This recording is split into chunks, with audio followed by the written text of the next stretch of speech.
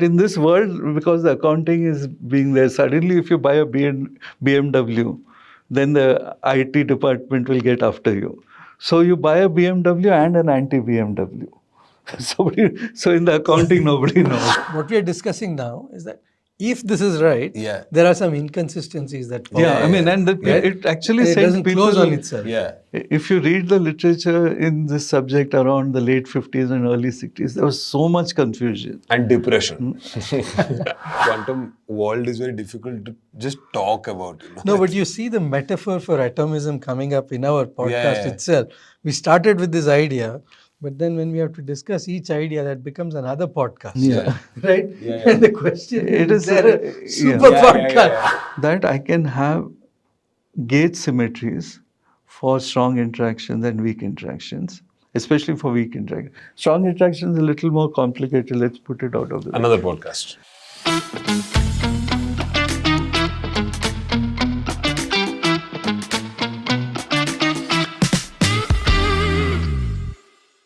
Hello and welcome to Friendship with Science and the third episode with the Einstein of Warsaw, Dr. K. Sridhar. We have him here along with Shashi. Dr. Shashi? I don't know. He claims to be a big scientist. I have never seen any proof. So we are here with the third episode. We're talking about atomism and we have covered a lot of ground and finished a lot of hard disks. And we still haven't reached 2024. We still haven't reached 1970 also, I think. Where have we Just reached? about. Just about. So the next 1 hour, we'll try to cover 60 years of knowledge. 60? Roughly 50. 53. Yeah. 53 years of knowledge and 7 years of forecast we have to cover. We are very excited. This is done at the Azim Premji University, so thank you for them for providing all the support.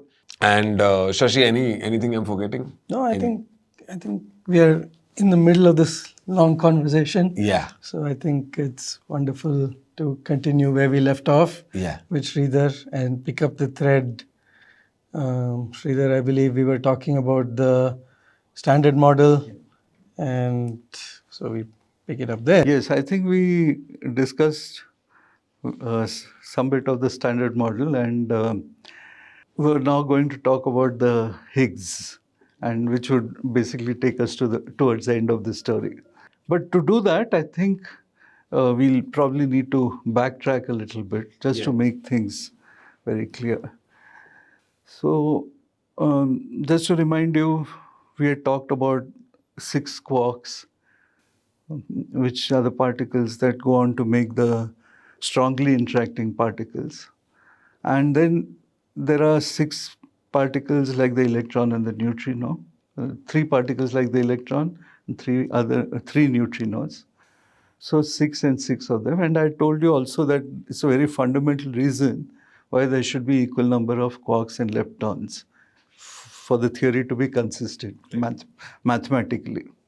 But I think I may have mentioned, I did mention the 4 interactions that we were talking of: the electromagnetic interaction, strong interaction, weak interaction, and the gravitational interaction. And I said the gravitational interaction is just far too weak, so we will not be discussing that because it doesn't show up in any of the experiments that are being done currently at the high energy experiments that we... Sorry, just to backtrack a little bit. The standard model is the standard model of the atom, or is the standard model of what? So we went from atom to the nucleus of the atom. Yes, so standard model is the nucleus. No. Then we asked the question, why is the nucleus, why does it contain protons and neutrons, but still it's held together in this very tiny region of space? What is it that holds it there? And that's how we inferred that there are very, very strong nuclear interactions, Right. which is much more than the electric repulsion of the protons. And so we argued for strong nuclear interactions. Then I said we also discovered that through beta decays, that there are also another kind of interaction, which are the weak nuclear interactions. So our knowledge widened and we said there are 4 interactions. But good question, standard model of what? Okay. And standard model of what is, if you remember, we talked about not only did people discover 2 more interactions in the 30s and 40s, but by the end of the 50s, because of cosmic ray experiments, I said that they discovered a large number of new particles in cosmic ray experiments, right? I told you about how the heavens were showering on them. So at the end of the 50s, the situation was that there were something like 100 strongly interacting particles, and the arrogance of the particle physicists to say that, chemistry has 100 elements and we will reduce it just to a very simple description in terms of protons, neutrons, and electrons.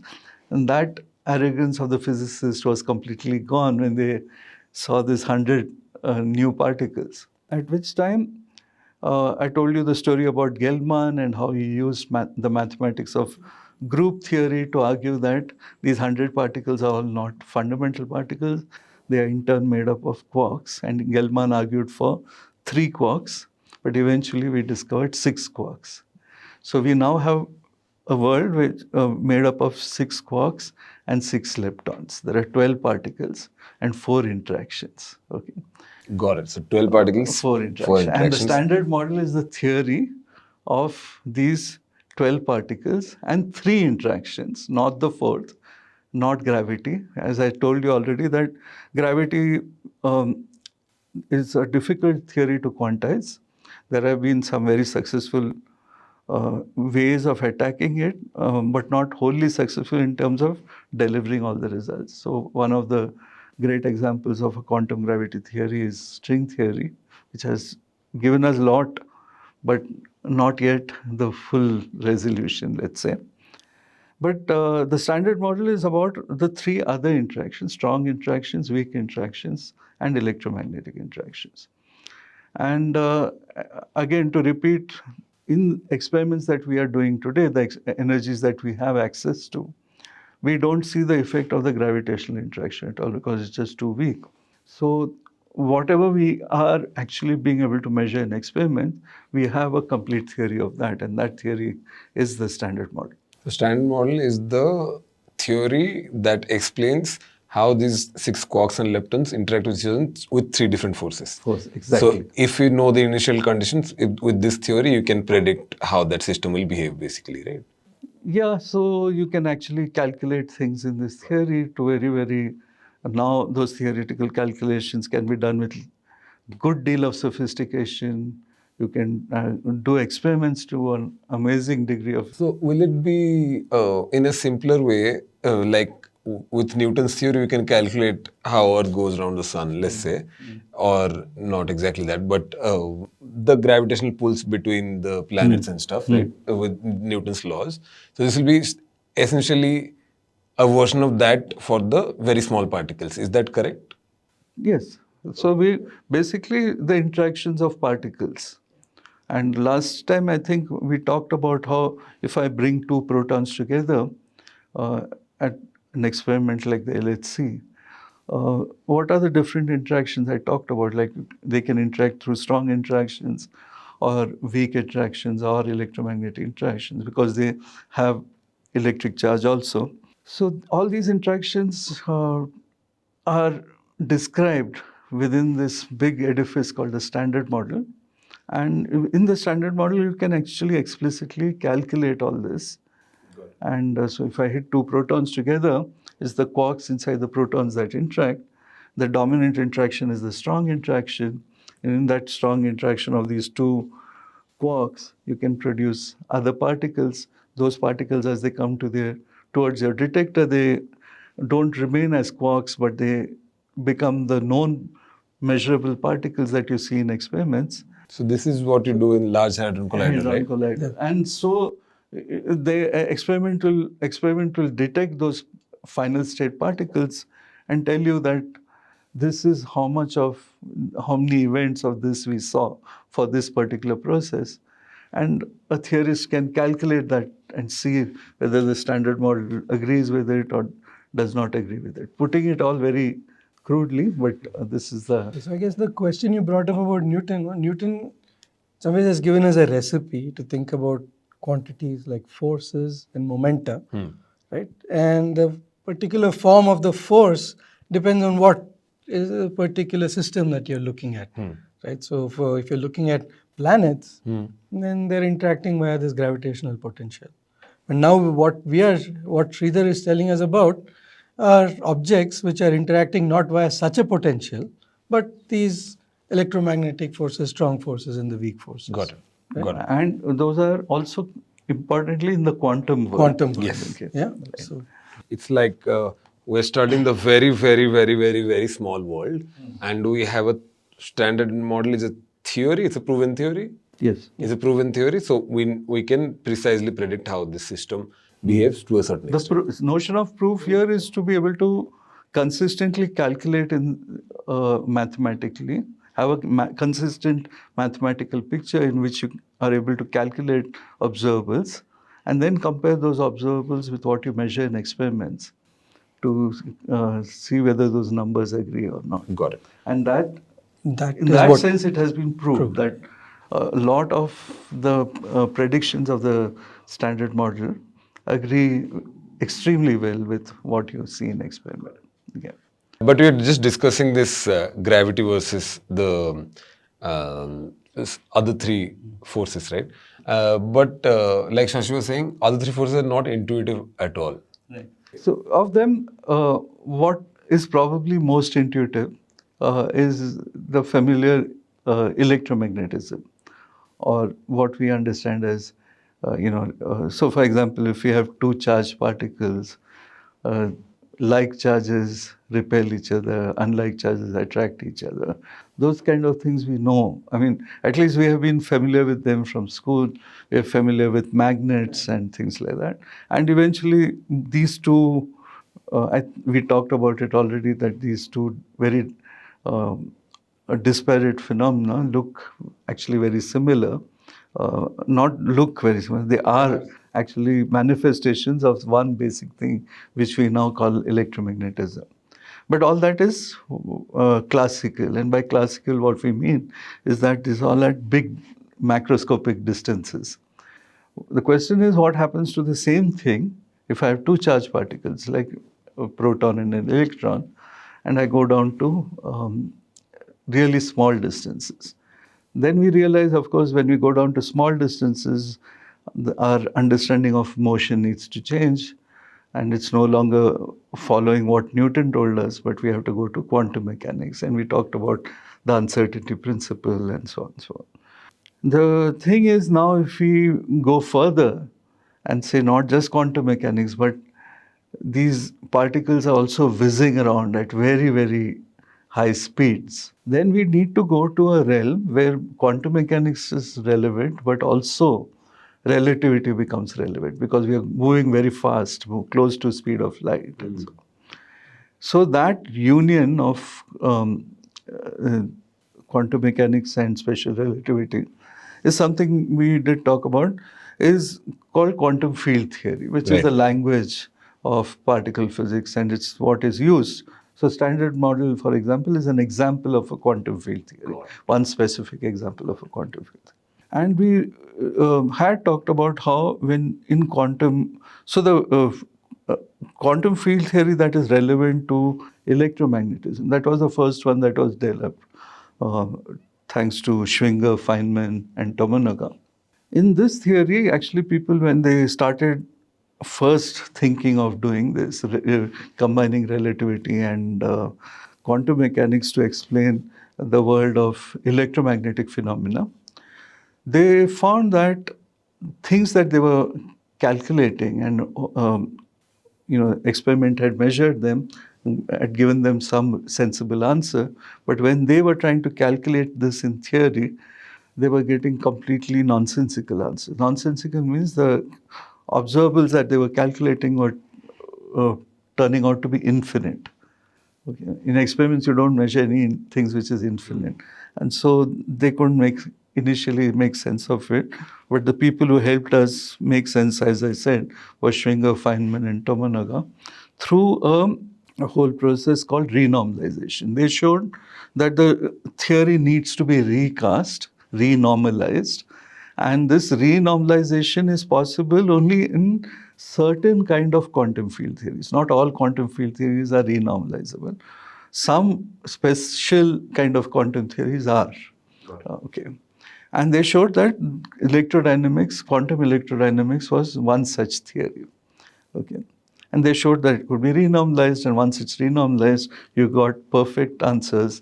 And in fact, the title of Feynman's book on QED, on quantum electrodynamics, is the best theory we have ever had. Okay. And because you can measure and compare theory, and the agreement is such that you have never seen it anywhere in science. Okay. Sorry, Sridhar, just to interrupt you here a little bit. So you said the renormalization can be done for certain kind. Yeah. And so there is a, and the reason for that is some underlying symmetries? Yeah, I'm Is just that- coming yeah, to that. sorry. Yeah, sorry. Renormalization. Is there an example of this that is more commonplace? Like, let's say, is it like converting dollars to rupees or something like that? Like, No. But let's take a physics kind of example which can be probably intuitively understood, right? If you, for example, measure, if you have a particle like an electron, let's say, and you have some way of measuring its charge, okay? And if you measure the charge of a free electron, okay, you expect to measure something. But now if you have this thing moving in a medium, medium meaning there are other charges in the medium, and you're trying to now measure the charge of this object. When you do that, because charges attract and repel each other, there will be some other charges which will surround this charge.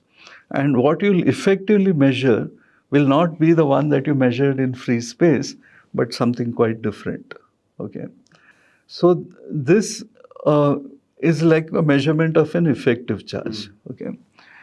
Now, the subtlety that comes up in quantum field theory, if you remember last time I told you that there are antiparticles.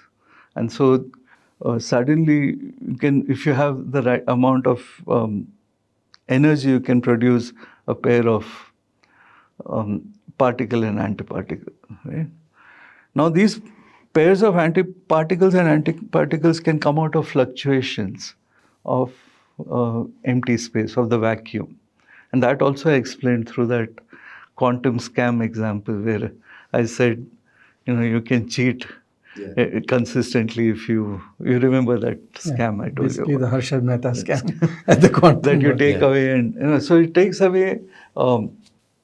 It's it's a kind of somewhat just to help understand the physics there. So basically, what you're doing is saying that if you have very short intervals of time, you can apparently violate conservation of energy. Okay.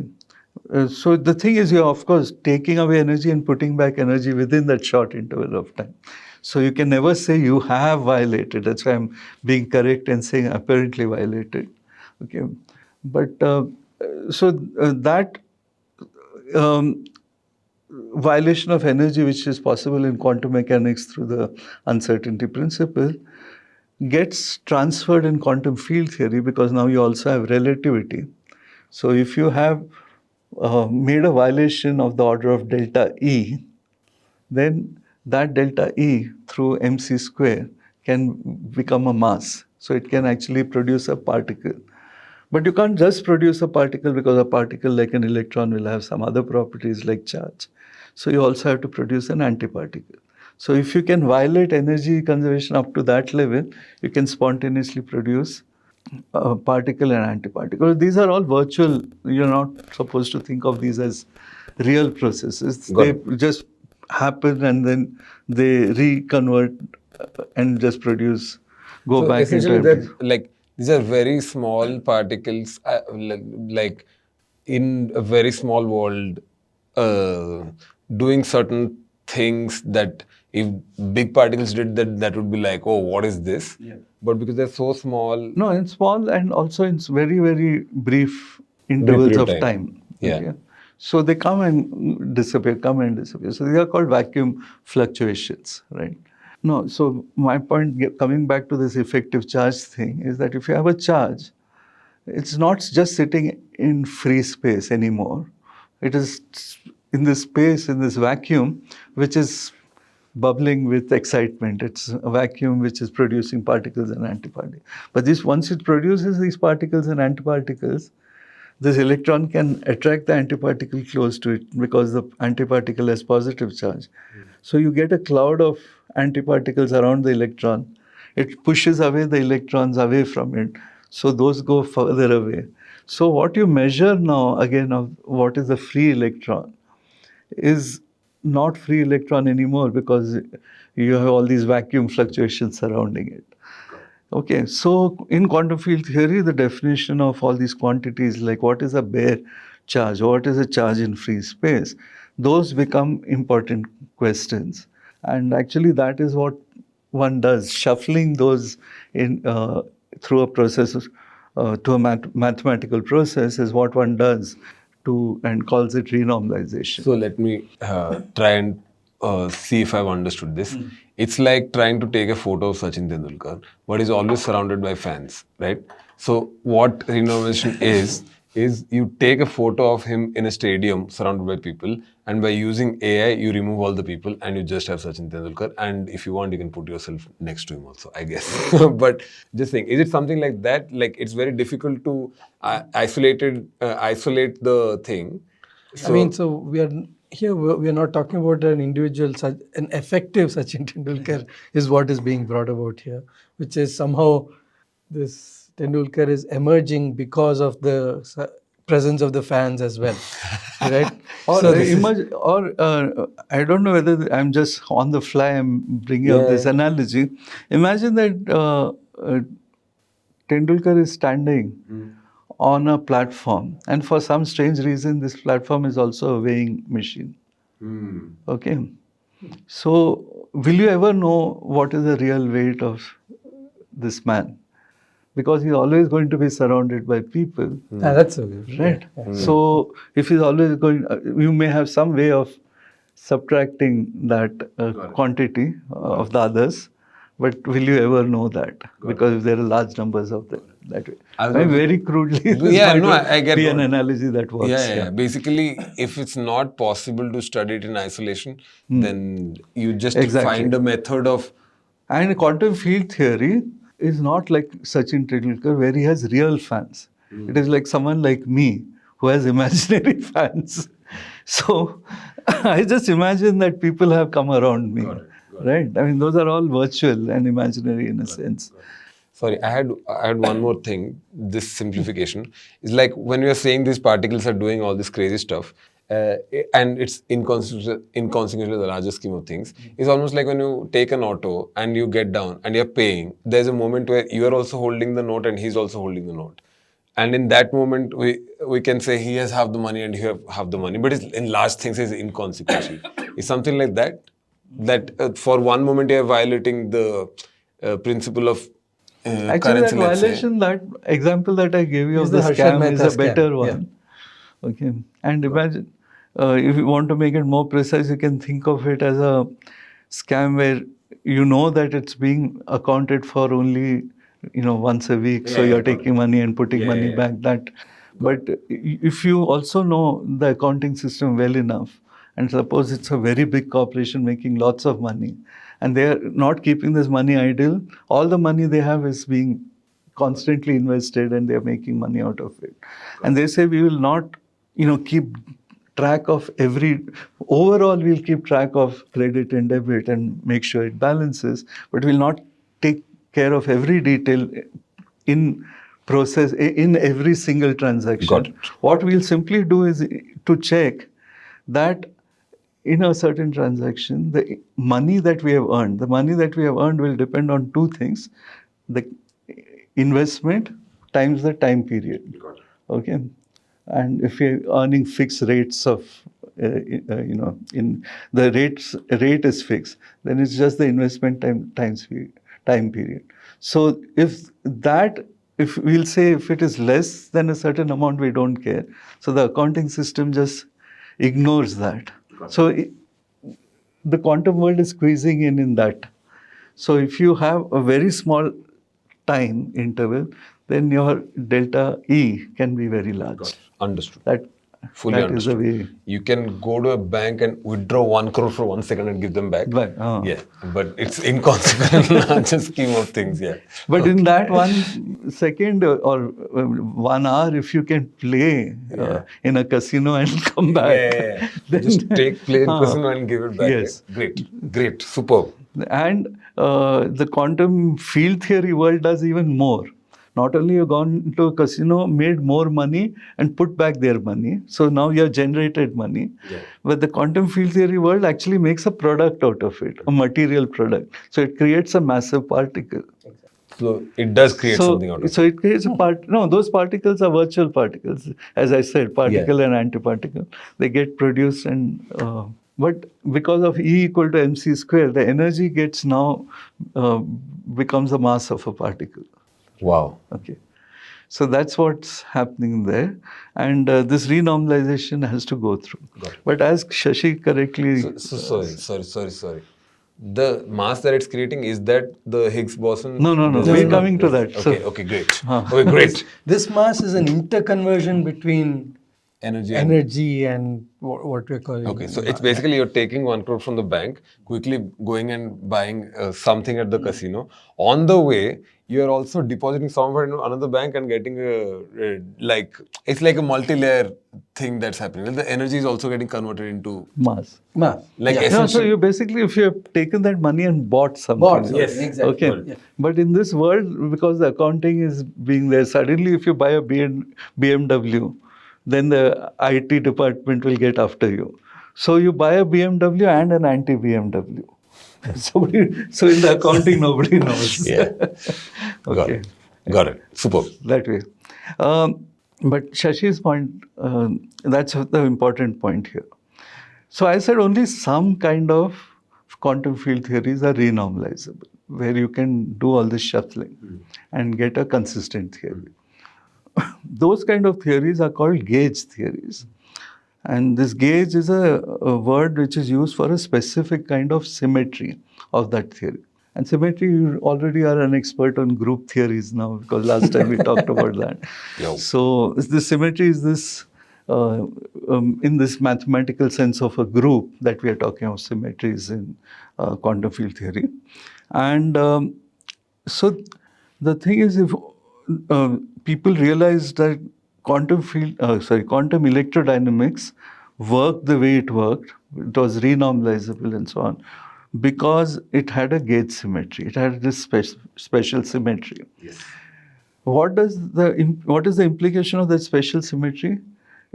The implication is that, okay, so maybe I said this before, I will repeat this again.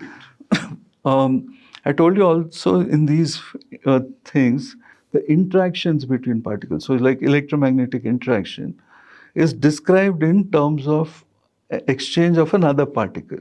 So two particles, electron and positron, they are interacting with each other through electromagnetic force. They interact with each other through the exchange of another particle, which is called the photon. Right. The photon is a mediator particle, and it mediates electromagnetic interactions. Similarly, there are particles which mediate strong interactions and particles which mediate weak interaction. I had said all this before.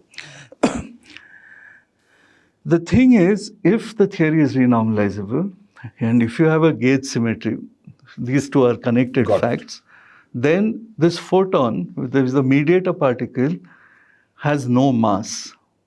It's massless. Okay?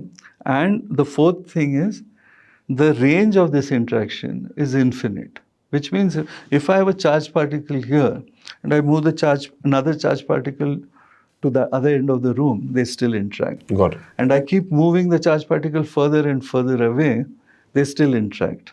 Okay? That range of interaction is called infinite. I mean, no matter how far you move them away, the interaction will get smaller and smaller, but there will be an interaction between them. Okay? And it's instant? Oh, that's a very good question. Okay, sorry, friends. Sorry, this is another podcast, I think. Okay. Anytime I hear a very good question, it's 1 more hour. हाँ वो रहने दो. Okay, let it be. Okay. Yeah. These four facts are connected with each other. The renormalizability is because of gauge symmetry, and gauge symmetry gives rise to massless mediating particles, and that is signaled by the infinite range of the interaction. Okay. These things all hang together. Okay. If you take one of them out, the other one will not be there. Okay. So they all hang together. Now we have gravity, which also has this property that it has infinite range. Because if you have a planet here, a celestial body here, and a celestial body very far away, they still have some gravitational interaction, okay, even if it's small. But other than that, but we are not talking of gravity in this whole picture for other reasons, so leave that out. So electromagnetism is the only one which has infinite range, because the other two are nuclear interactions. We didn't even discover them before we dug into the nucleus. Right. Only when we dig into the nucleus, which means we go into sizes which are that small, as small as the nucleus size, that we see the evidence for these interactions, the strong nuclear interaction and weak nuclear interaction. Which means that these interactions are very, very, very short-ranged. Okay, their range of the interaction is the size of the nucleus. The size of the nucleus is 10 raised to minus 15 meters, which means like 0.000 with 15 zeros and a 1. Okay, that small size. So how are these interactions, strong interactions and weak interactions, going to be described by gauge theories? Okay, if their range of interaction is so tiny. Okay, so one possibility is that they are not described by gauge theories. Okay, this possibility has been explored in the history of particle physics, incidentally. They are not described by gauge theories because gauge theories require infinite range. Here we have very tiny finite range, so they are not described by gauge theory. The other possibility is there some way in which you can have gauge theory also, and you can still have a short range of interaction. But we already said that the range of the interaction is connected to the mass of the mediating particle. So the photon is got no mass, and therefore the range of the interactions is infinite. So more mass, range is less. But less mass, basically, range is then more. if I just use that logic, forget about gauge theories or renormalizability. Just use this logic, range and mass. Then it means that zero mass, infinite range, but finite mass, finite range. Which means if the mass, if the range is very tiny, the particle must be very massive. Okay, but if it is a massive particle, it does not have gauge symmetry. If it is not gauge symmetry, it is not renormalizable. If it's not renormalizable, my theory does not make sense. So this is a whole. I'm so glad I did not take a physics class. Oh my God, there's so much problems in physics. If this happens in that. So right now this is a proposal. Yeah, if this was what we are discussing now is that if this is right, there are some inconsistencies that pop up. I mean, and it actually it doesn't close on itself. If you read the literature in this subject around the late 50s and early 60s, there was so much confusion. And depression. Partly depression, but partly people were getting very excited because they said, no, gauge theories doesn't work anymore. So maybe we have reached a new stage in our understanding of theories where everything is deeply interconnected. Okay, and you cannot. So basically, you cannot talk about elementary particles anymore. We have reached a stage where we have gone beyond saying this is made of this. We have actually, the paradigm of atomism is over. That paradigm worked up to the atom. But now we have reached a stage in particle physics where that paradigm doesn't work anymore. Because if you take 2 protons, you produce pions from them. If you hit 2 pions, you produce protons from them. So how can you say one is elementary and one is not elementary? So they are all interconnected, and nothing is elementary. We have to give up these notions of elementarity. Correct. And so people developed this thing. I mean, there was, It almost sounds like so- squishy balls. If you try to grab them, then one part comes out from here, one part comes out from there. So it's like you have to grapple them from everywhere at once. It's like the problem is just like that. So people were closure willing to give problem, up this gauge theories option altogether and tried actually working without all that. But nature came back hitting you right in the middle of your eyes, right? And by the end of the 60s, people realized, no, it is giving evidence for gauge theories. But at the same time, because of this conundrum, how is it that it is finite range and it is still a gauge theory? This was the big question. How can you have the symmetry and literally saap bhi mare magar lathi bhi nahi tute? How do you do this? And so actually one cute example to think of this is this example actually originally given I heard by Abdul Salam, one of the architects of the Standard Model. In fact, he shared the Nobel Prize for the work on building up the Standard Model. So imagine you have a table like this, a circular table where you are sitting and having dinner. So it's a big circular table and there are many people going to be eating there. And the table is set with your plates, your knives and forks and everything set, and your napkin on one side. Okay. Now, because it's a circular table and because there are many people sitting, they're all quite close to each other also. Now, the napkins are placed in such a way that when you sit there, you can't figure out whether it's the napkin to the left or the napkin to the right. That is Yours. yours. Okay, because they are close enough for you to start worrying about which is mine. Okay. And especially if you're a desi, you always end up in these kind of dinners and start wondering, abhi main kya karu, right? But and then if you're a clever desi, you just wait and watch what everyone else is doing. But actually, it turns out everyone is doing the same. They are all watching each other. Got it. Until one person who is a don of some sort picks up the napkin to the left. And if they were to pick up the napkin to the left, then everyone automatically has to pick up the napkin to the left. But if they were to pick up the napkin to the right, then everyone has to pick up the napkin to the right. So this action of picking up one or the other napkin breaks the symmetry. Right? There's a circular symmetry to begin with.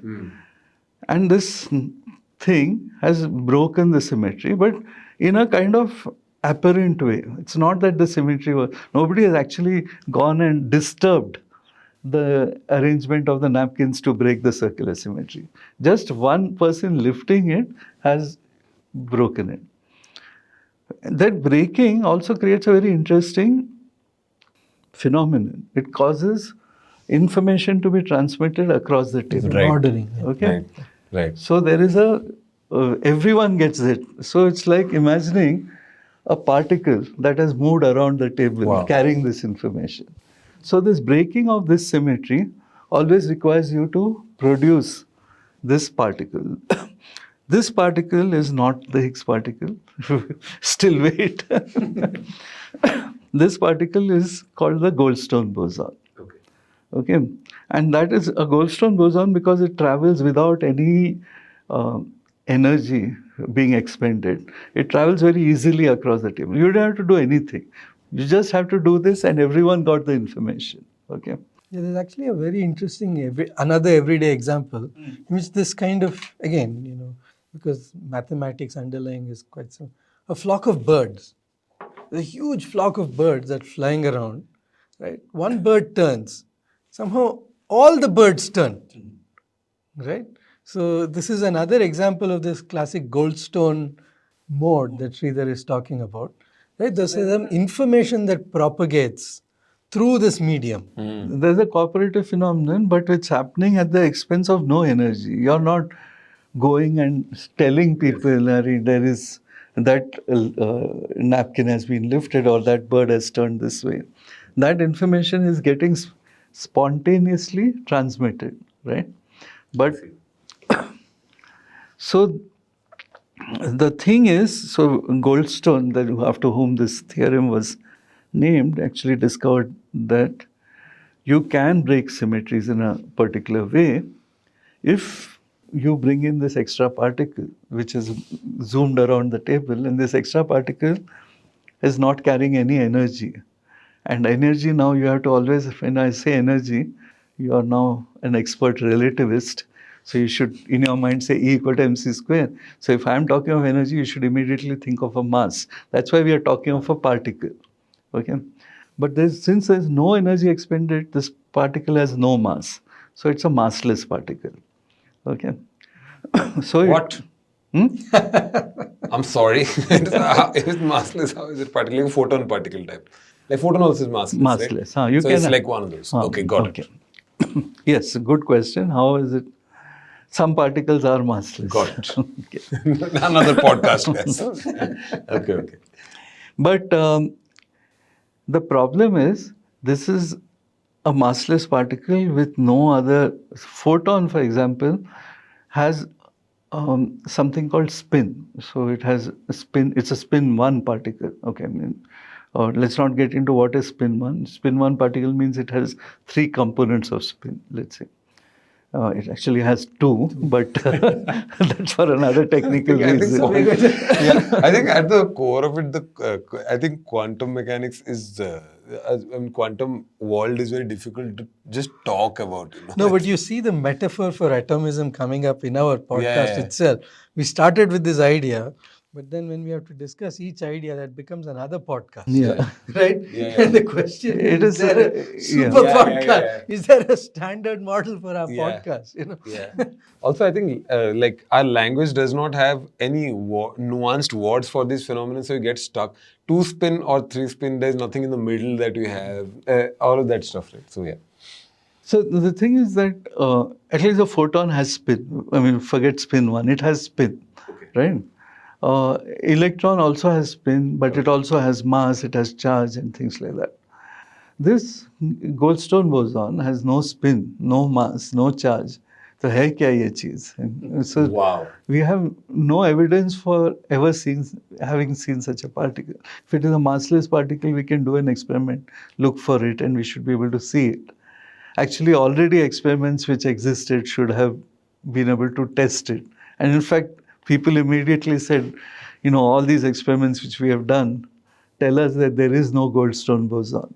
So if you want to break this symmetry in this magical way, which is called spontaneous symmetry breaking, this kind of spontaneous symmetry breaking cannot happen because you'll always have this Goldstone boson. This reminds me, have you seen those videos of dominoes that people build and they just tap one and the entire thing falls? And the energy is only this much, right? Actually, the potential energy is much higher because they're made in stand-up. But okay, that's what I was reminded of by this entire example. But okay, so this massless particle transmitting information. It doesn't exist. So doesn't exist. Okay. So you can't use this. That was the consensus again, somewhere around 63, 64. In fact, people went and proved very rigorous theorems and, this. Except there was one person, actually there were 2 people. One was a guy called Schwinger. I had mentioned that name already. And he had a set of ideas about these things. And but he had not explicitly said it. But if you somewhere dug into his papers, some idea of that is, kind of, one can actually dig into his papers and claim now that, yeah, he had some clue about this. But the person who took it very seriously was this person from Scotland, a guy called Peter Higgs, who really thought of this problem in a very serious way. And he said, And he thought of this problem in the context of electromagnetic, QED. Okay. And he was asking this question in that kind of context, when you have just electromagnetism, can you implement this idea of spontaneous symmetry breaking? And some of this stuff had already been done in the context of electromagnetism in the slightly different context, which is in context of condensed matter physics, solid state physics. Okay. There's this remarkable physicist called Phil Anderson, who had also looked at it from coming from a very different point of view. And that's actually also very interesting story of the unity of physics. Okay. Though unfortunately very often people within the subject see it as, you know, disparate. They all want to claim that we did it first, and it becomes actually a unnecessary fight. But actually one can think of it as a very beautiful example of a unity of ideas. As in, you can approach the same problem multiple ways, but find the same solution. And you're approaching it. One is talking about it in the context of superconductivity, materials, magnetisms, microscopic blending into macroscopic, and in that kind of region. And the other is going deep into matter and looking at it. And they come up with and the same idea it is. So it's like all roads lead to Rome sort of thing. In this particular case, at least two roads led to the same place. Okay. But actually what was needed, not just with Higgs, but later with people like Weinberg and Salam, they realized that, of course, what was needed is not just for the gauge symmetry of quantum electrodynamics, but you had to have same gauge symmetry for strong interactions and weak interactions. So it is, those gauge symmetries are similar to electrodynamics, but not the same. They have bigger gauge symmetries, so more complicated, let's say. Through implemented for those more complicated ones, what are called non-abelian gauge theories, that becomes a little more of a challenge from, compared to what is done for electrodynamics. But Higgs showed that that could be done. Basically, the amount, one way of understanding that is to say that this interaction that we talked about, and we said it gives you a massless particle because the transmission of this information across the table is happening without expending any energy. Higgs would argue, or Anderson would argue, that if you do this table experiment, not just in isolation, but in a world where there was electromagnetism, okay, then because electromagnetism has infinite range, no matter how far you go away from a charged particle and do your table experiment, that charged particle is going to always interfere with your table experiment. So you can never find a distance to go away to where you can do this thing in isolation. And because you cannot do it in isolation, this particle, in a sense, it's not interacting with the electromagnetic thing, but there is a certain technical sense in which electromagnetism comes into this whole picture. That is the choice of gauge kind of issue.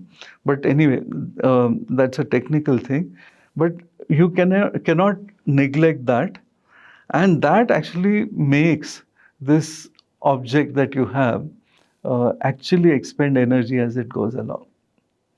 So this electromagnetism is kind of, let's say, creating some hills and troughs across the table, so that it is not that this particle can just go around without expending energy, it expends energy. And if it is expending energy, E is not zero, which means M is not zero. So it means it's a massive particle. It has a part. So now all this, I'm following the sentence till the end when the twist comes. So massive particle means, see, to remind you again, the problem with the Goldstone boson was it has no mass. And right. Nothing else. Yeah. So then there was not anything that was connected with, was identifiable as this. But now you have a particle with a mass. Okay. So maybe so earlier, what the discussion that we had was that we are not considering any other part of the universe except this table. right? So now what Sridhar is telling us is that this is happening where you have, let's say, electromagnetism, Got it. right? Which means now this process is not happening in isolation. Okay. And because it's not happening in isolation, and because you have this interaction, what is traveling around, when we considered that without that case was massless, now acquires a mass. Got it. Right? Now it can be a physical thing. Okay, and we don't know what the mass is. It could be heavy enough that we have not seen it in experiment. Okay, what do I gain out of bringing in such a particle? Suppose I say, hypothesize, there is a massive particle of this kind, and I have not yet seen it in experiments. What do I gain out of that? I gain that I can have gauge symmetries for strong interactions and weak interactions, especially for weak interactions. Strong interactions is a little more complicated. Let's put it out of the way. Another podcast. Yeah. Strong But interactions. for weak interactions, it's finite range. It's the size of a nucleus, but you can still have a description in terms of gauge theory for it. It's a renormalizable theory. But the range of, even in spite of being renormalizable, in spite of being a gauge theory, the range is still the size of a nucleus. And the mass of the corresponding particle which mediates weak interactions, and that's not one, there are three such particles. Those three particles actually become heavy. They are not massless like the photon.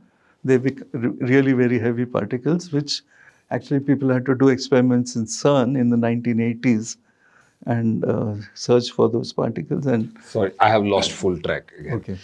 I have understood that. I'll tell you what I've understood, and then you can fill in the rest. Okay, can I just say once? Yeah. Sorry for interrupting. No, I'm sorry for interrupting. Just take these two examples, electromagnetism and weak interactions. Keep strong interactions out of the picture for the moment. Okay.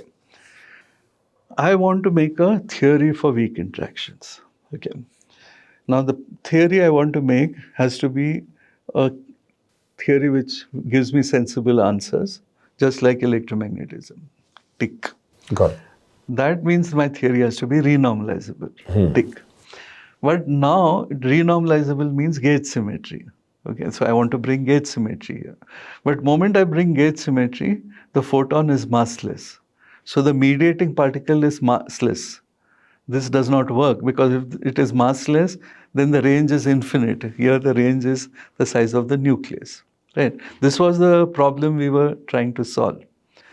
And what Goldstone and Anderson and Higgs and others are telling us, and of course some others also joined in the thing later, but what they are telling us is, if you now bring in a new particle, which we call the Higgs particle, the Higgs particle actually, the presence of that Higgs particle makes this mediating particle heavy, and the range is of this interaction finite. But at the same time, you retain gauge symmetry. So it is like having your cake and eating it too. You have the benefits of gauge symmetry, which means that your theory is a sensible theory, but you're not forced to have a mediating particle which is massless, and you're not forced to have infinite range of interaction. You can make a finite range of interaction. This, another way of saying, is that if you bring in a Higgs particle, the Higgs particle interacts with this particle here. There's an interaction between the Higgs and this mediating particle, and the mediating particle then acquires mass. So the Higgs, that's why people say that the Higgs gives mass to all the other particles. Okay.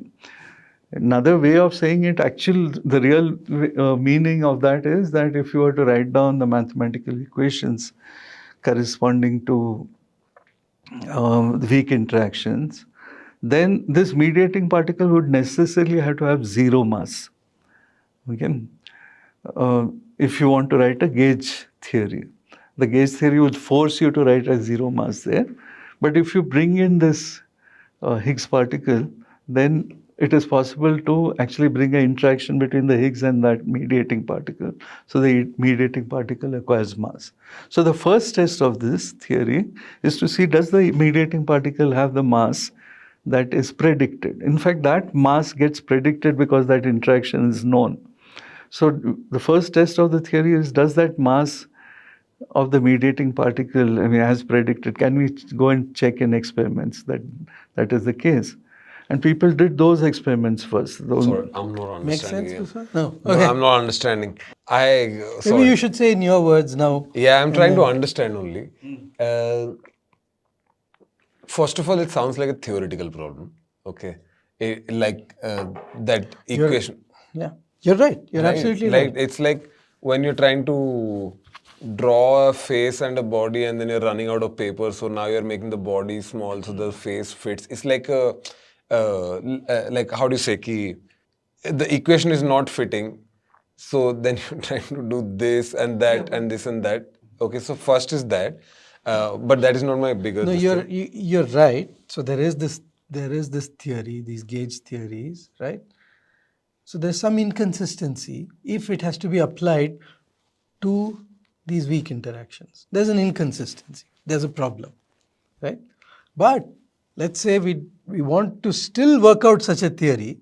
What does it mean for it to be consistent? You have to bring in this notion of a mediating particle that has mass, Got it. which is not allowed by the theory, right? If the interaction is infinite, or rather, because the interaction is infinite, it's not allowed. Got it. Yeah, one of the things is you keeping on saying mediating particle. So let's give it a name. Let's call it W. That's what it's called. Okay, so I have a W particle for weak interactions, weak for W. So W particle for weak, and I have photon here. On the electromagnetic side, I have photon. On this side, I have W. Okay. If I'd make a theory exactly like electromagnetism for weak interactions, then like the photon, my W particle also will be massless. Okay. Like that. Exactly. But if in this weak interactions, I also put in the Higgs particle, then this Higgs particle cleverly breaks the symmetry and all that. It's called spontaneous symmetry breaking. And this Higgs particle's presence makes sure that my W particle now acquires mass. My W is massive, okay? And the range of the interaction is finite, not infinite. Okay, got it. Now This was a good way to break. Yeah. This was a good way to cut the knot. Yeah, just to give it a name. Yeah. Yeah. Okay. So photon has no mass, so it can interact infinitely. But now you have a problem that your weaketon or whatever W has a problem that has mass, so it can't interact infinitely. No. The interaction is finite in the We already know that it is there only inside the nucleus. Right. Because if it had been outside, then we would have all been interacting via weak interactions. So how to bring in the symmetry, not the symmetry. How to have your cake and eat it. Got it. How to, instead of destroying everything and restarting, can we find a way of that's exactly doing less work and keeping the same theory? And like I said, people were willing to destroy everything. Yeah. People were trying to make more complicated theories. But actually it said, no, gauge theory works here. Just here to bring in this. But as I said, the interaction of the Higgs with this W particle actually tells you what the mass of the W should be. So people went and did those experiments and got Nobel Prize for it and all that. The problem, however, is the mass of the Higgs is not known. We know it has to be massive, but it's not predicted by the theory. So how heavy is the Higgs? We don't know. How to find it? So that was the big challenge. Okay. And people had to do the proposals for how to look for a Higgs particle and how to produce it, and then that Higgs particle will decay, look for its decay products and so on. All those proposals started way back in the 70s. Okay, people were writing papers in the 70s trying to say you can go and look for the Higgs in this experiment. But without an idea of how heavy the Higgs is, this is very difficult to do.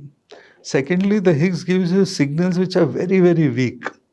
The chance of the number of events that you will have of the Higgs in all the total number of events that happen when you just collide two protons, it's a very, very tiny fraction of the total number. So to look for this Higgs in all those particle collisions at the LHC is much worse than a needle in a haystack. Okay. So, it had to wait for a long time. Sorry, so LHC is the Large Hadron Collider, where you And accelerate particles to very fast speeds Yes. and you collide them. Yes. Because at that Particles point, means protons. protons. You take two protons and you accelerate them, and they go to energy which is what is 14 TeV. TeV is tera electron volts. Electron volt is the energy that an electron will or a particle will gain falling through 1 volt. So if you have a particle with the charge of an electron falling through 1 volt, the amount of energy it gains is 1 electron volt. And you do So this is like 14 tera electron It's volts. very simple. This thing is like Large Hadron Collider uses electric charge to accelerate these particles, right? Yeah, electromagnetic Electromagnetic charge. Electromagnetic. So these particles are going around very, very fast. These very tiny particles. Protons. Protons. Yeah, they accelerated in many, many circuits, and then And then they collide. And then you just observe the moment of collision. And then you see if your theory is From the collision comes all these, it breaks. yeah. So it's basically a high form of this slow-mo videos that we like. You put a bullet inside an egg and this thing explodes. So you're doing that with like much higher equipment. Like basically, Yeah, you're breaking it apart and asking what is coming apart. And from analyzing what has come, you're able to infer the various components of it. so the like people are going with these photography papers to capture cosmic radiations. This is a much more efficient way of creating. Yeah, here you don't wait for things to happen. You Exactly. actually You make them happen. Got it. But you have to then be able to have the technology to produce that Right. high energy. Actually, we wanted to share one tiny story with Carlo Rubbia, who was the person who in the 80s did the experiments to discover the W particle. And so, and Carlo Rubbia got the Nobel Prize for it. He pushed very strongly for this. And people had been doing experiments at lower energies and so on. But this was one of the big high energy experiments. And that time in CERN, they were colliding not protons and protons, but protons and antiprotons. Okay, the antiparticle of proton. All for technical reasons. Anyway, it was not as high energy as it is now, but it was enough. Carlo Rubbia had estimated that it was enough to search for this W particle if it exists, right? So W particle is Higgs boson. No, the It's not. mediating particle. Got it. The So mediating particle is the cousin of the photon. photon. Is Higgs W. is the particle that gives some of these things mass. Got it. The mechanism more so. W particle's mass is known, the Higgs mass is unknown. Okay. So I'm going back to those old experiments where they found the W particle. But when he was pushing for this and he obviously had to go and fight for money. He had to actually give talks at various levels to people who understand these things at various levels to convince them that, this experiment should be done. So apparently Carlo Rubbia was once told by someone saying you're taking two proton and antiproton colliding them and you want to do an experiment. He says that man objected saying you want money to do such an experiment? It's like taking two cars, hitting them together to find out what is the mechanism of the car. And how ridiculous is that? So when Carlo Rubbia discovered the W particles in these collisions, he said actually sometimes when you take two cars and collide them, suddenly you get a jumbo jet out of it. So that's the W particle discovery. So yeah, that is the way in LHC also you take protons. LHC, while it was hoping to find other things, the express purpose of the LHC was to look for the Higgs particle. Okay, and Really? yes, It was and set up for that. set up for Okay, time to shut it down, guys. We have found done. Job is done. No, so it was a job really well done. In 2012, in fact, they found both experiments. There are two different experiments. They both found evidence for the Higgs and some really dramatic signatures. And it is quite remarkable that you have to wait from 1964 when Higgs first wrote his paper, and 1966, 67 when Salam and Weinberg collaborated on a paper to say how to take Higgs mechanism and fit it into the standard model, into the bigger gauge groups that you have. So from that time onward, it had taken something like 50 years to be able to discover the Higgs again. And you were right. Originally, it was a theoretical problem. I am calculating something and it is giving me infinity, so I have to renormalize it. So it's of course a theoretical problem. So, but the dramatic thing is, and this is something that makes us, sit back and look at the whole thing in awe at various points, because why, for your theoretical problem, you introduced a theoretical solution. Some theorist called Higgs introduced a new particle and said, if you did this, then it will work. But why should nature choose that option? And this is something that is quite an eerie side of physics, if you like. I mean, there's no reason a priori for this. No reason. I mean, that why? So basically, on the one side, you're doing something which are a mathematical deductive system, and you're starting with some axioms and deriving something and so on. And then in physics, you don't stop there. In maths, you would stop there. In physics, you don't stop there. You make some correspondence between that world and the world of phenomena. And you see the effects of that here on this side, in the world of actual real world. Okay? And this correspondence, in fact, the famous physicist Eugene Wigner actually called it the unreasonable effectiveness of mathematics. Okay, why should mathematics work? I think I used this Wigner's phrase even in one of the earlier sections of the videos, but why should maths work? I mean, maths is something that's going on in our head. It's certain conventions that you and I have agreed upon. Then we follow some deductive proof and end up with something. Why should that correspond with what happens in the real world? Why should something like, you say, 50 years earlier, that this particle, all that Higgs or Weinberg Salam could have said was, if this particle exists, then we'll solve this problem and we have a decent theory. But why should that work out? Why do we actually go and do an experiment and find the Higgs? Which is, of course, not to say that you'll always find it. But why? But when it happens, it never fails to surprise me, at least. Yeah, but why should it even happen once? Exactly. There's no reason There's for no it to reason happen for even once. There's no reason. And then there is another amazing thing is, like, you can say, oh, of course, there are 1,000 such ideas and one of them works. Okay.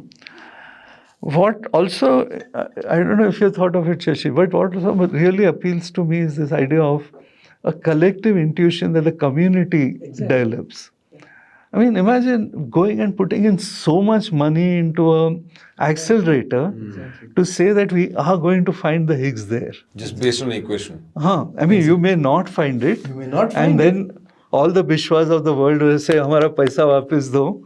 But that you have that collective intuition to back that theoretical idea, so it gains weight. Of course, there are actual quantitative ways of knowing that the Higgs exists, because there are the presence of the Higgs would already showed up in indirect ways in a lot of other experimental observables. So there was statistical analysis of those and the uh, chi-squares and so on from there already gave you some indication of the fact that the Higgs exists and so on. Yeah, it's not that you're completely Not betting shooting on, in the dark. You're not shooting. You're not throwing all your money with have no information that it might work. You have some. Yeah, but that intuition finally is a collective intuition of the community. Yes. Yeah, No, absolutely. it's not one or two people who are saying this. It's a community as a whole that goes and uh, sticks their neck out and Sorry, I was just thinking, that experiment is there in a vacuum chamber. If you drop a stone versus a feather reach at the same time. Okay. Which, I think Galileo did some version of that, which is kept rolling balls of different masses to find out that gravity is whatever, right? So that is an experiment that proves, in a sense, that gravity is a force that works in a certain way. There are multiple examples multiple experiments to prove that, of course. There can be a similar experiment to do. Let's say electromagnetic, the basic equation of electromagnetism. To prove that, there must be an experiment. I'm forgetting which one it must be. The Faraday theorem or something. I'm just curious to see where you're going with this thought. Now, for the strong and weak nuclear forces, basically, to prove the weak nuclear force, Large Hadron Collider is the experiment at the end of the day. yeah. So there is a fundamental difference. Nice you brought it in this way because there's a fundamental difference between gravity electromagnetism on one side and strong and weak nuclear interactions on the other side. As we already said, in these two cases it's infinite range. In these two cases it's very tiny range. It's the size of the nucleus. But if you're going down to the size of the nucleus, you're already in the quantum world. So the only world where strong and weak interactions make sense is the quantum world. You can never use classical ideas to understand these nuclear interactions. Whereas electromagnetism and hopefully gravity, when we have a full quantum theory of gravity, it will work both ways. There is a quantum description of it, but there's also a classical description of it. It also is manifest. In fact, all that we know in our world are just these two interactions, electromagnetism and gravity. Gravity at long distance and so on, but electromagnetism, which literally, as Shashi will tell us, all that happens within our own bodies is all electromagnetic forces. Some manifestation of it, not necessarily as pure as just bringing two electrons together, but in some complicated way, it is just that. So, in that sense, these are special. They exist only in the quantum world. Right. And our description of it is only quantum, and there's no classical description of it at all. Got it. So you're right in that the experiment is built to probe that regime, and it breaks intuition, like Sridhar is saying, our everyday intuition. And therefore, you cannot construct everyday experiments to test these ideas out. You have to build a large hadron collider. Okay, now I have a question. So Large Hadron Collider is there. We have found Higgs boson. Now, what Can I say one thing before you say that? Because I also want to sum this up. Yeah, please. Now, with the Higgs boson also in the picture, the standard model that we have is a complete theory of the electromagnetic weak and strong interactions, and therefore a complete description of the atomic world in a sense that we never had before. As I said, even when we had the picture of the atom in quantum mechanics, it immediately drew our attention to the fact that we don't understand what is going on in the nucleus. Now we have a theory of 12 particles and 4 interactions, which is the first completely consistent and atomic theory. So in this 2,500 year history that we trace, we finally have a theory which is complete in that sense. Which not to say there's not more, and that is our impulse as human beings first and as scientists later, to keep on then pushing it to further and further domains. as I said already, gravity is left out of this picture. There is also, of course, we won't go much into it, but there's dark matter and dark energy, which basically tells you that there's a lot of matter in this universe which doesn't fit this bill of standard model. So these are the things which we can actually work with, but there's a lot of matter and content in the universe which is invisible to us. And so we don't even know what those particles are. There are extensions of the standard model in which there are particles which could possibly be these, but none of these extensions of the standard model have been verified. I mean, there's no evidence for any of them so far, right? We need a quantum theory of gravity, string theory, and other ideas have been pushed to give us quantum theories of gravity. But again, as I said, the final word on that is not yet out. I mean, we are far away, in fact, from that ultimate goal of unifying all interactions. So there's a lot to be done, right? A lot to be understood. But at the same time, this marks, I think, a point in this history of atomism where you have completed one phase of this story. Okay, so using the language of episodes and seasons, through several episodes, we have now completed one season. Got it. Now it's up to the producers whether they want to produce the next season or not. But this season is complete, and as far as this season goes, the story is complete. So Sridhar, just to push you on this thought a little bit, so there are things which, as you said, which are not integrated into this program yet, so to speak, right? I guess there is a chance that when one is able to do bits of that, this doesn't seem as complete as you said, right? What then? Yeah, that will happen, and I think that opening up. So suppose, for example, we were to push extension of the standard new theory beyond the standard model. There is one such candidate which is very popular with particle physicists called supersymmetry. Okay, so in supersymmetry there are particles which could actually be dark matter candidates. People have studied this to death in both theory and experiment, but there's no evidence for either supersymmetry or these being dark matter solutions. But if we were to find that, then you're right, it will, what we have now closed, it will open it up completely, and then there will be again many unanswered questions.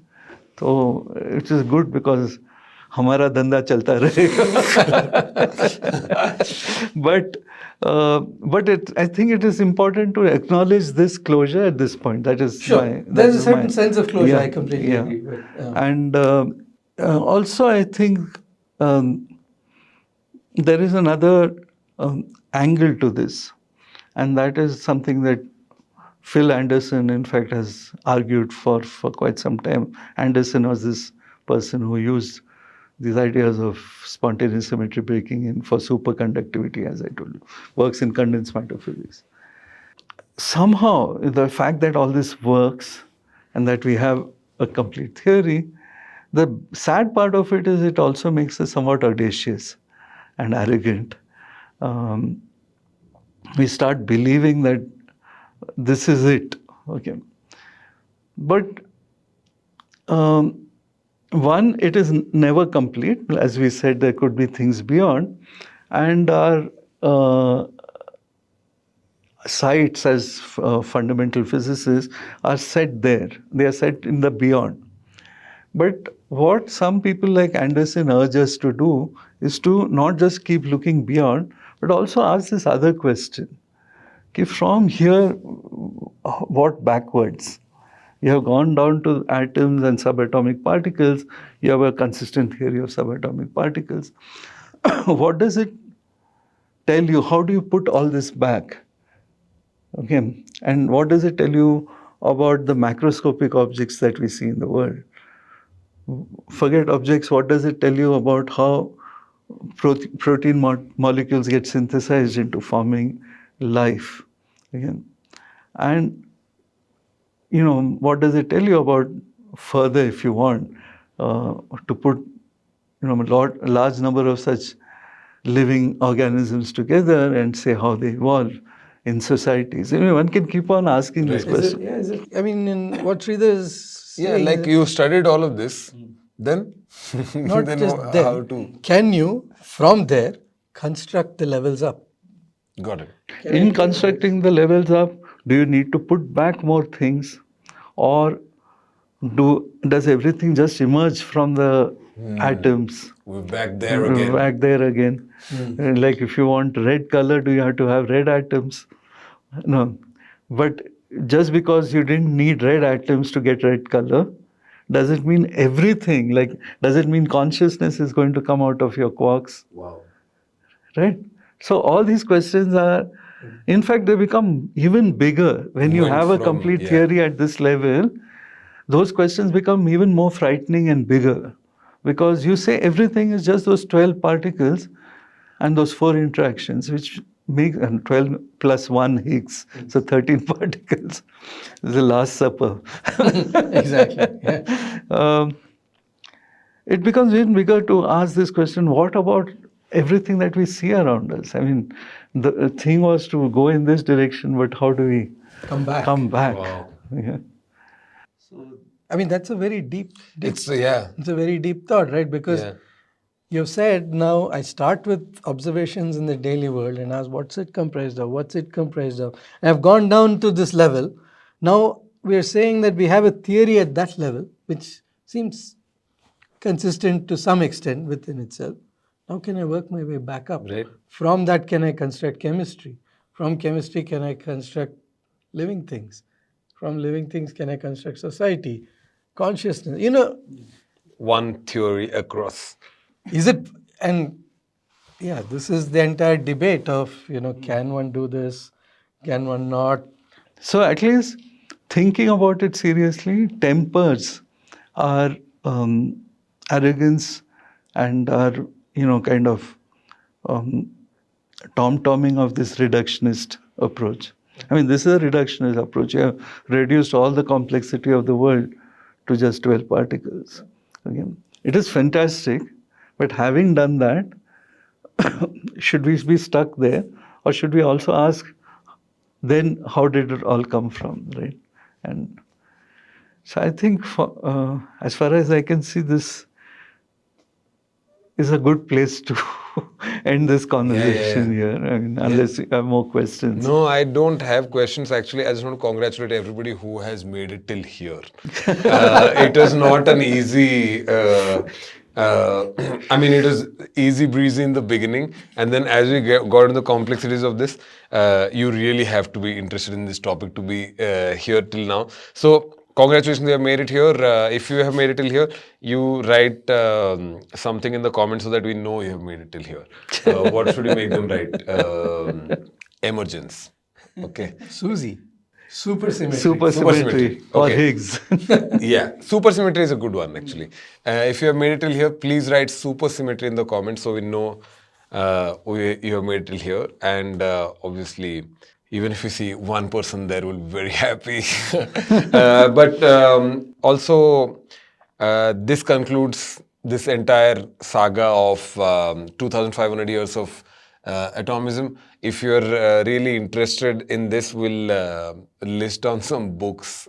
We'll list down some books in the description. So if you're actually interested, you can read those. I mean, be on the lookout. Sridhar himself may have a book coming out at some point. Yes, you have, right? No, I may have. Yeah, He may have about this whole thing that we talked about. Yeah. So. So great. So that's great. Shashwat here is asking, Higgs boson is there. When do we time travel?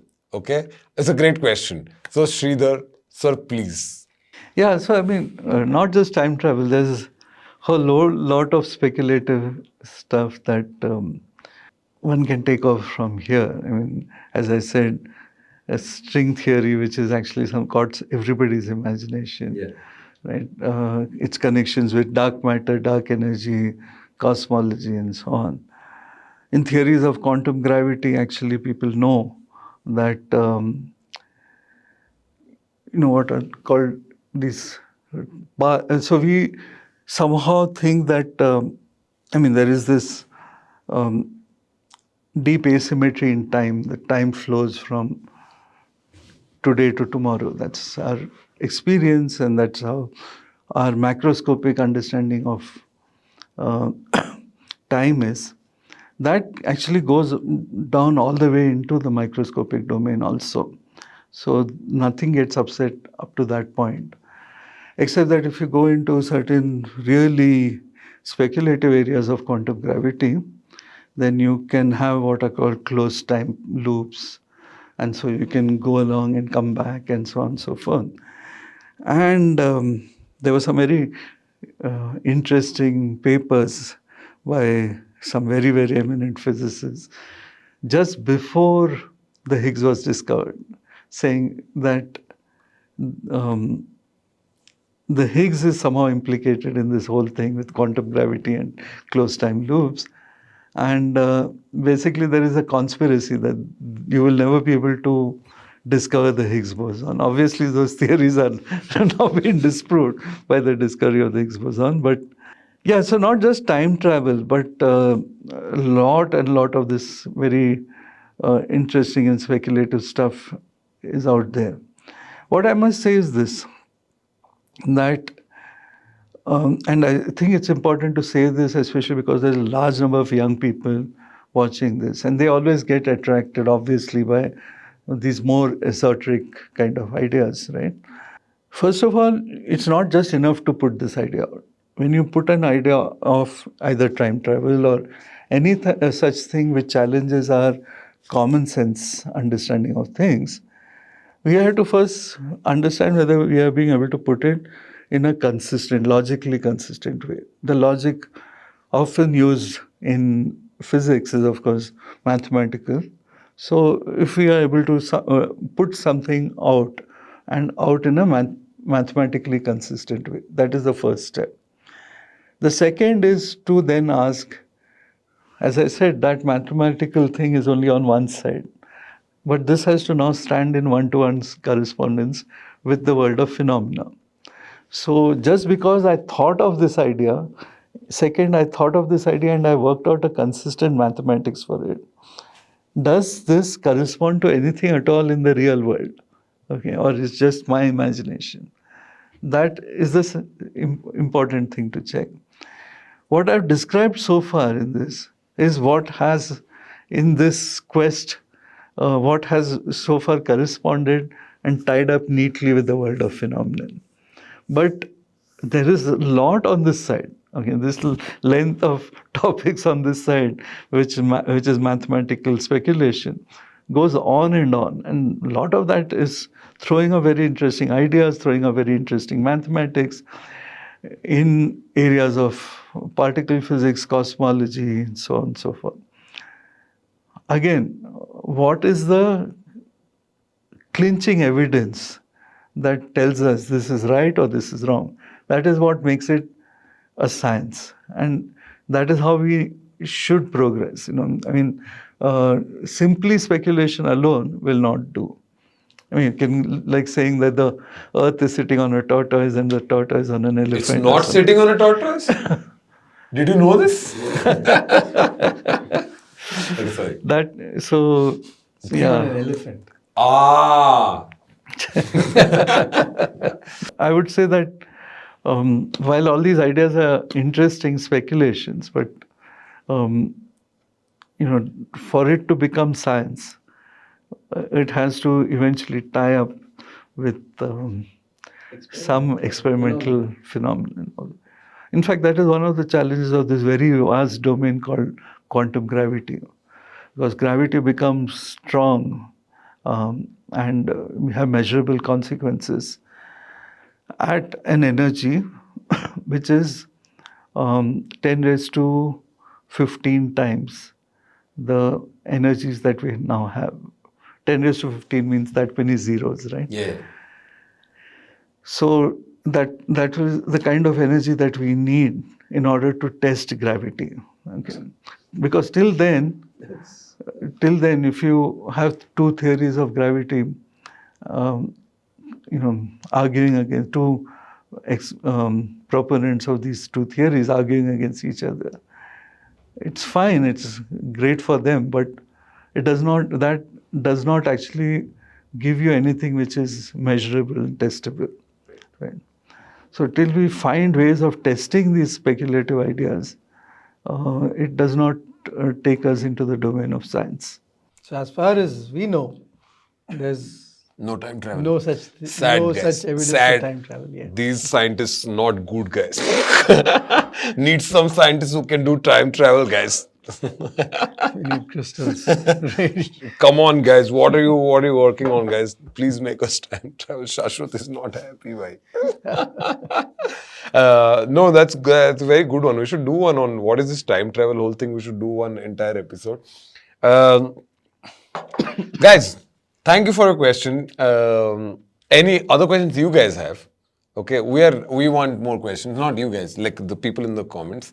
Sorry, addressing the audience now. Anything you have, please write down in the comments. We'll take all your questions and try to answer them all over a period of time. Thank you so much, Sridhar, for being with us. This was amazing. And thank you, Shashi. Hopefully, you are a real scientist.